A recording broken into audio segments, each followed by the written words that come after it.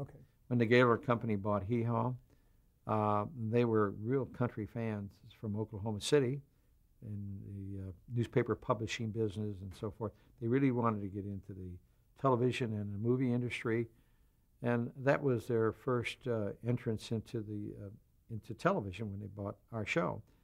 And when they got there, they fell in love with all the country people. They were very fond of Roy Cuff and Minnie Pearl. And while they were there, one week, National Life sold the company, and I'm talking about the Opry people, Grand Ole Opry, the Ryman, and so forth, sold that to American General Insurance Company. And we detected American General Insurance out of Texas was no longer wanting to be a part of the entertainment field. They wanted to stay in the insurance business. And National Life is the one that owned WSM and the whole works. And so I happened to tell Mr. Gaylord one day, I said, I think that this is going to be sold, which meant the hotel, the Grand Ole Opry, the Ryman, WSM Radio, and an existing park. And the next thing is, he said, who we see to buy it. I introduced him to the right people. Boston Investment Company was involved in soliciting, looking for potential buyers.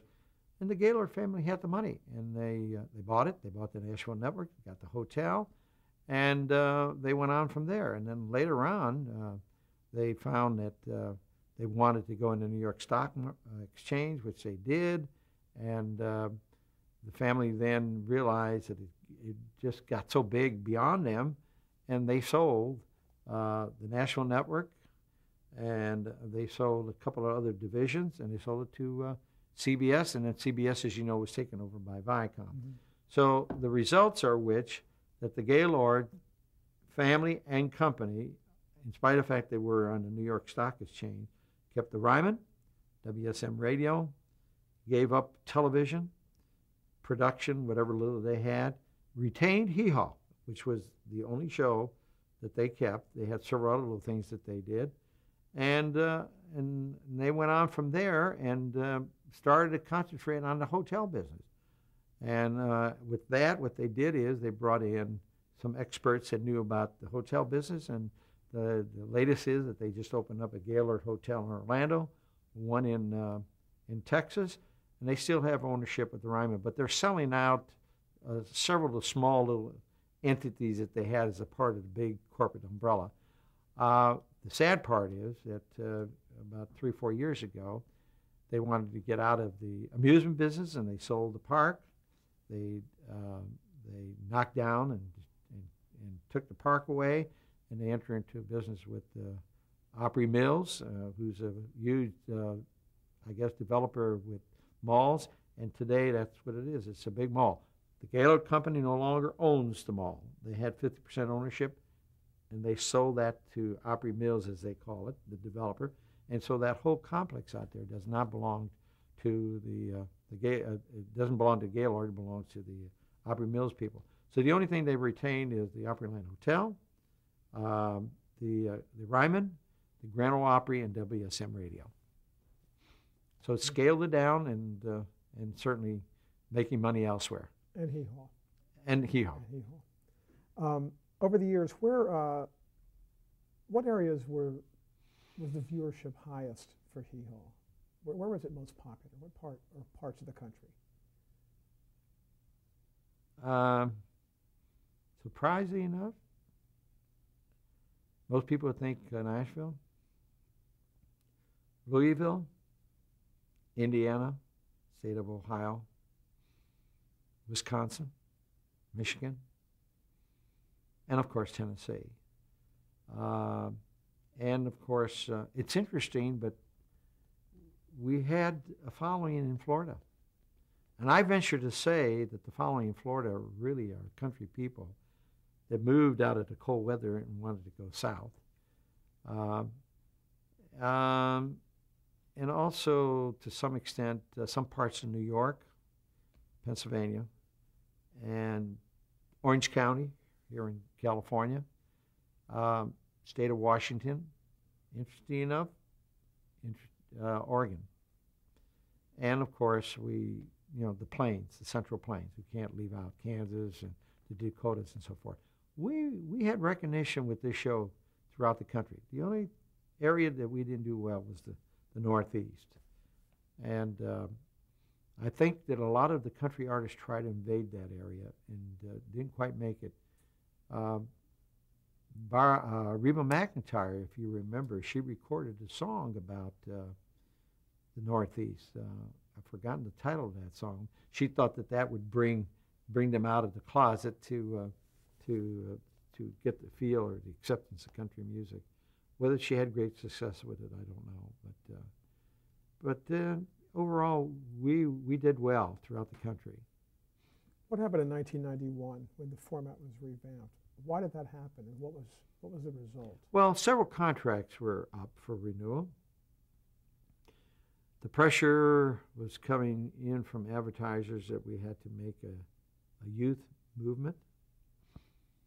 I just felt that when that word came down, that there was ways we can get around it. I just felt that Misty Rowe, my Hee-Haw Honeys, were still great looking. They kept themselves in good condition.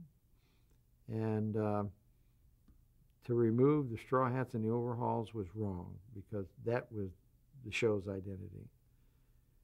So advertisers were, in my opinion, were putting pressure on new management who owned the show. And I was told that I had to bring in some fresh faces. And I did. And I went to Branson and brought some people from Branson. But to some extent, it really didn't work.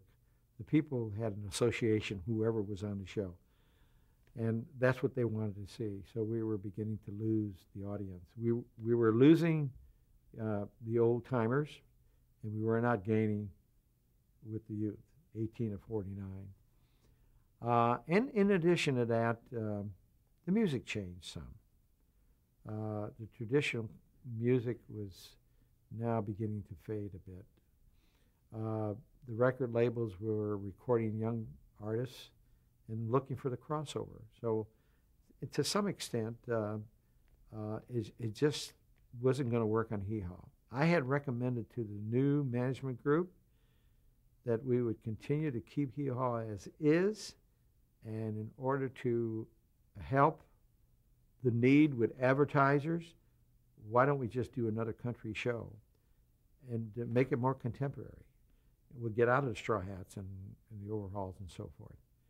But they just felt that the syndicated market was not what it used to be. The majors were buying up the small shows, and they were controlling television and so forth and so on. So I think, as I've said so many times, Hee-Haw was of its time. We hit it just right. And frankly, I hate to admit, if I were to come up with the idea of Hee-Haw today, it just wouldn't work. Nobody would listen to me. So what are you talking about? You know, that's not going to go anywhere. So I think we were of the time, and it worked nicely for all of us. But it was such a long time. It was over 2 decades. Did the show during that run try to keep up with the times, or was it just consistently kind of the same, kind of the same approach for that whole time? Well, I may be at fault, and I think it could have, maybe it was a bit of selfishness on my behalf. I found it difficult to make changes to conform with today's kind of comedy, today's kind of music, because with people like Grandpa Jones and Minnie Pearl and Roy Clark, and by that time Buck was gone, and a few others, it just wasn't going to work. They were going to lose their identity. They were no longer going to be a part of what Hee-Haw was all about. So I held my position. But as I mentioned earlier, what I tried to do is and it worked for a while, I tried to go from one segment to another in where I'd start with a more contemporary artists and the flow of that comedy to the next position, the commercial position, and then I would go back to the style of Hee-Haw. So it worked. Gospel music was no longer an accepted musical thing on the show. The new regime didn't particularly like the $1 Million Band, which in my opinion I thought was the highlight of Hee Haw, which featured Roy and Charlie McCoy on the harmonica and Johnny Gimbo on the fiddle and Floyd Kramer at the piano and Chet Atkins on the guitar, Boots Randolph on the saxophone, and they had Danny Davis on the trumpet. I mean, that's what Hee Haw was all about. And it was a tough job to us, get these guys to come along, and because they had their own egos. But they loved what they did. They loved the show. They were being featured all on different songs, and the country just ate it up.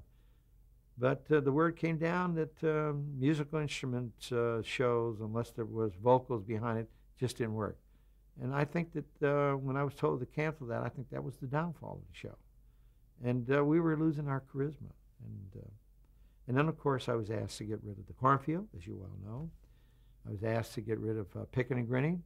And we tried to find alternates to replace it, but it just didn't work. Just didn't work. Was the show ever really appreciated for its role in launching the careers of so many country superstars? I mean, since so much time has passed, have the critics come around to any kind of appreciation since they started out hating it? It's been a long time. A lot of times critics didn't change their view. Well, I still maintain a relationship with a lot of the country artists, and Buck and Roy and some of the guests, and as well as some of the regulars in Hee Haw. Some of them are out there performing. And when they know I'm in town, naturally I go out to see them. And what they want me to do is sit out there in the audience. And I know it's coming, because they're very proud to get up and say, I was a Hee Haw member. And folks, I want you to meet the man who is totally responsible for its success, Sam Lovullo from Hee Haw. You cannot believe the people. They're not doing it because of me. They're doing it because they like the show. They remember the show. They just jump up and down. And then when it's over with, Steve, and I'm still seated there. And the reason why I stay and I'm seated there in the audience is I want the crowd to go so that I can go backstage and visit everybody. You cannot believe the people that come to me and say, not asking for my autograph, why did that go off the air? Why isn't it on cable? Why isn't it in rerun? It was a great show. It was the only family show that existed, that we all had a good time. The other day I ran into a couple at the airport in Nashville, just on my return from Nashville. And the ticket agent behind the counter looked at my name. This was in Nashville, and said, I know who you are. And, it's nice to hear that. And he said, and here's a young man, maybe in his late 20s, early 30s. He said, I can remember sitting with my mother and father and my grandparents watching that show on Saturday night, and I thoroughly enjoyed it, he said. Now, that's nice. A young guy who remembers seeing the show. When we went into syndication, there was a station in North Dakota that didn't have the power to get to all of this. It was a small town, to get to the homes around. In order to accommodate the people to watch Hee Haw every Saturday night, the station owner, was a mom-and-pop operation, used to have a special feed in the local club of some sort and invite the whole town at 6 o'clock on Saturday night to watch Hee Haw. And when I heard that, I said, don't go through that expense of the feed.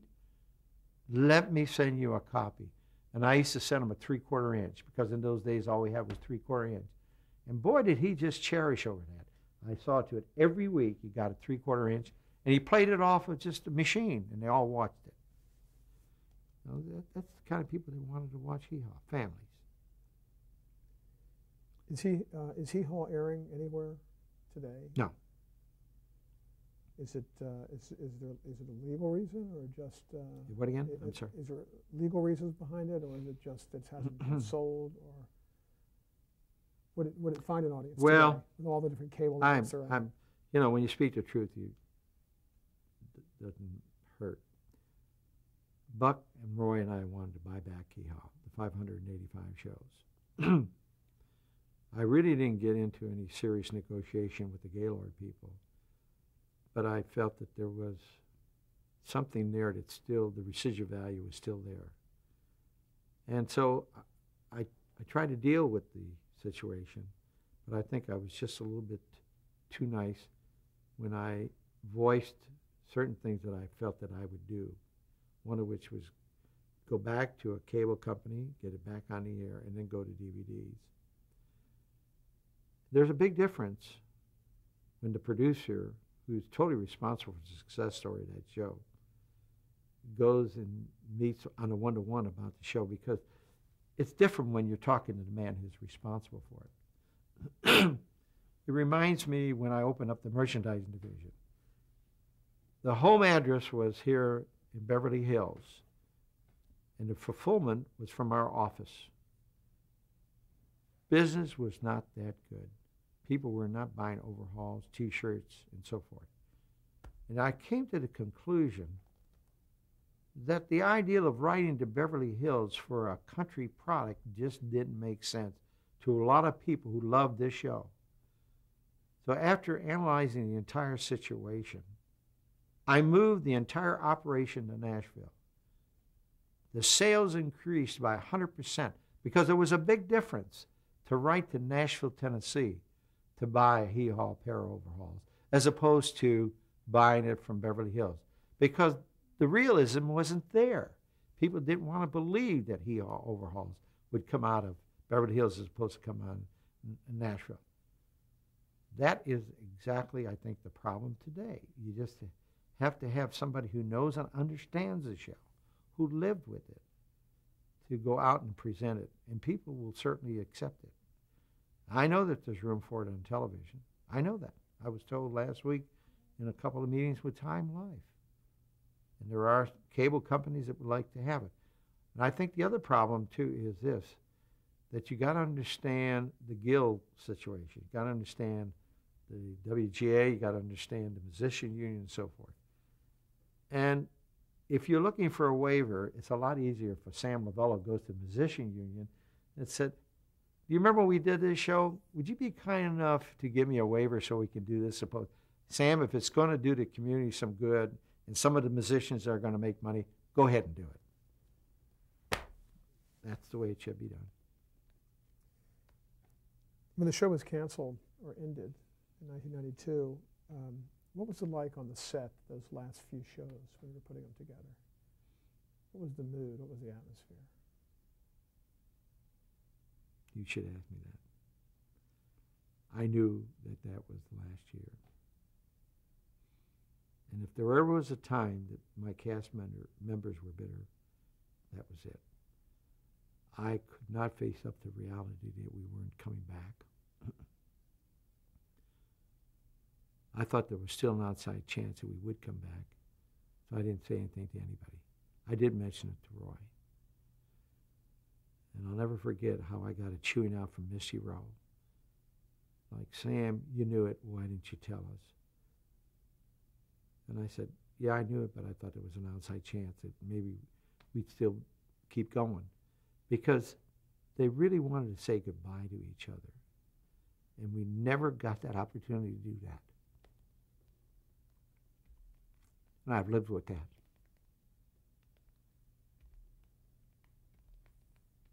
That was tough. And when I left my trailer, my office, and packed up my boxes, it was the toughest thing I ever had to do in my life. How do you account for the longevity of the show? I'm sorry, I didn't hear. How do you account for the longevity, that it lasted so long? I mean, longer than almost any show that ever. We were real.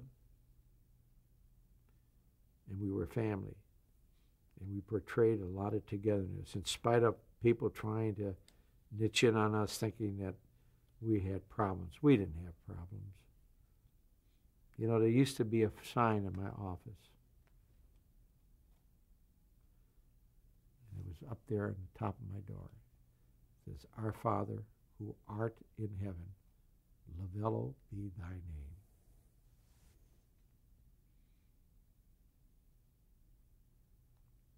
Sounds like I'm tooting my horn, but I'm telling you things that are very true.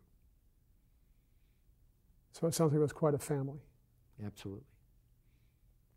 Absolutely. There's a lot of togetherness. Since that time, have I wish that some of the people were here today that could tell you how close we were to each other. We cared for each other. We watched over everybody.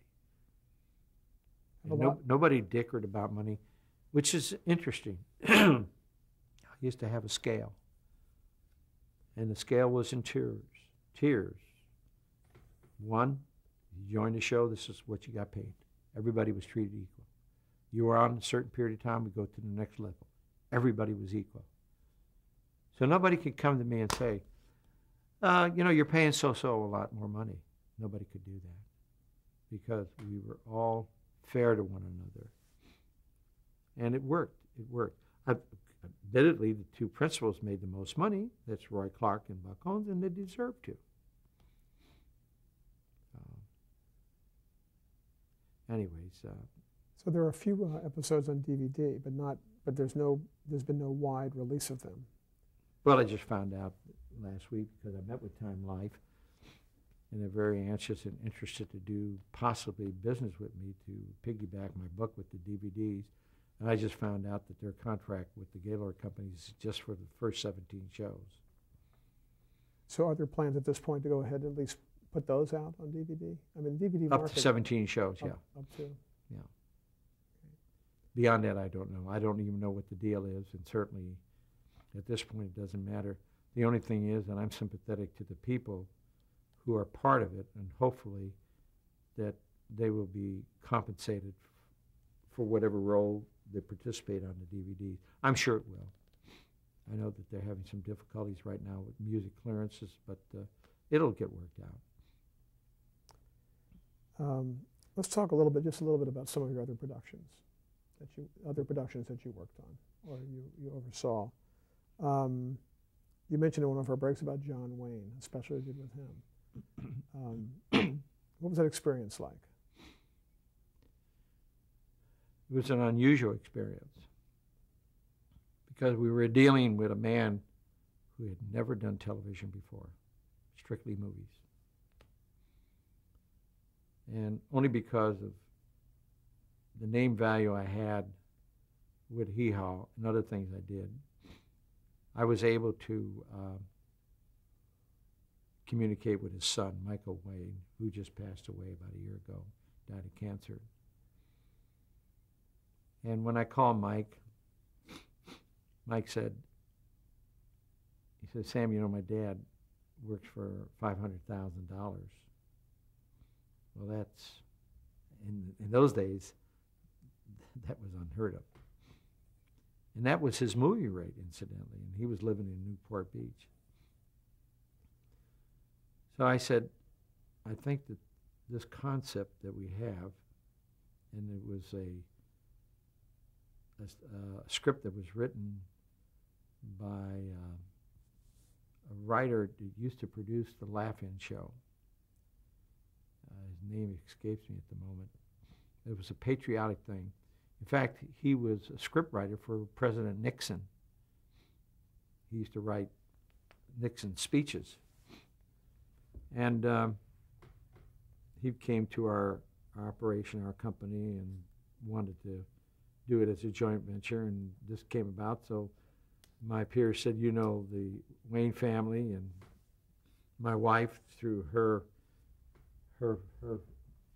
relatives, all went to the same Catholic school and Catholic church that the Wayne family kids did. So that's how this whole thing gelled. So I said, well, let me talk to NBC, and let's no, I'm sorry, with CBS. Let me talk to CBS, and let's see if we can arrange some kind of an overscale payment. But instead of calling CBS, because I was connected with CBS, I called Budweiser Beer. And a friend of mine by the name of Gene Petrillo out of Chicago, I called him. I said, you know, I think if you come in on this thing, I can get John Wayne. He said, oh, you're not going to get the man. He's strictly movies. So we can do it. So Budweiser said, let us call CBS. I said, I already did. So we were playing both ends to the middle. Everybody thought we'd never get John Wayne.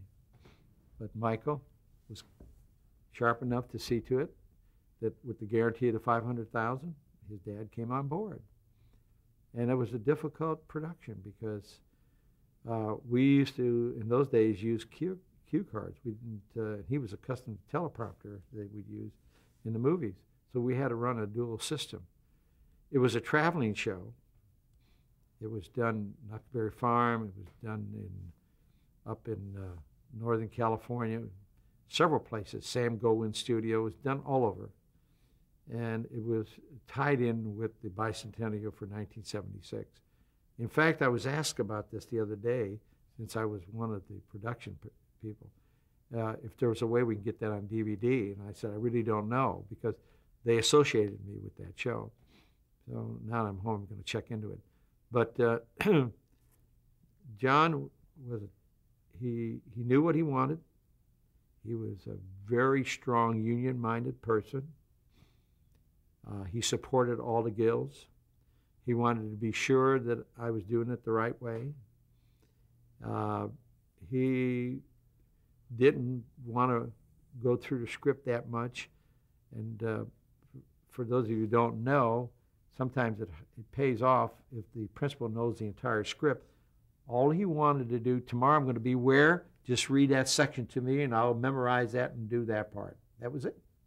And so we had to learn to pace the situation. But it was a great experience for me, and certainly I met some wonderful people. The highlight of that was two people that certainly stand out in my mind, one of which was I met Bing Crosby, who was a guest on the show, who looked just like my daddy, bald-headed. Met Perry Como.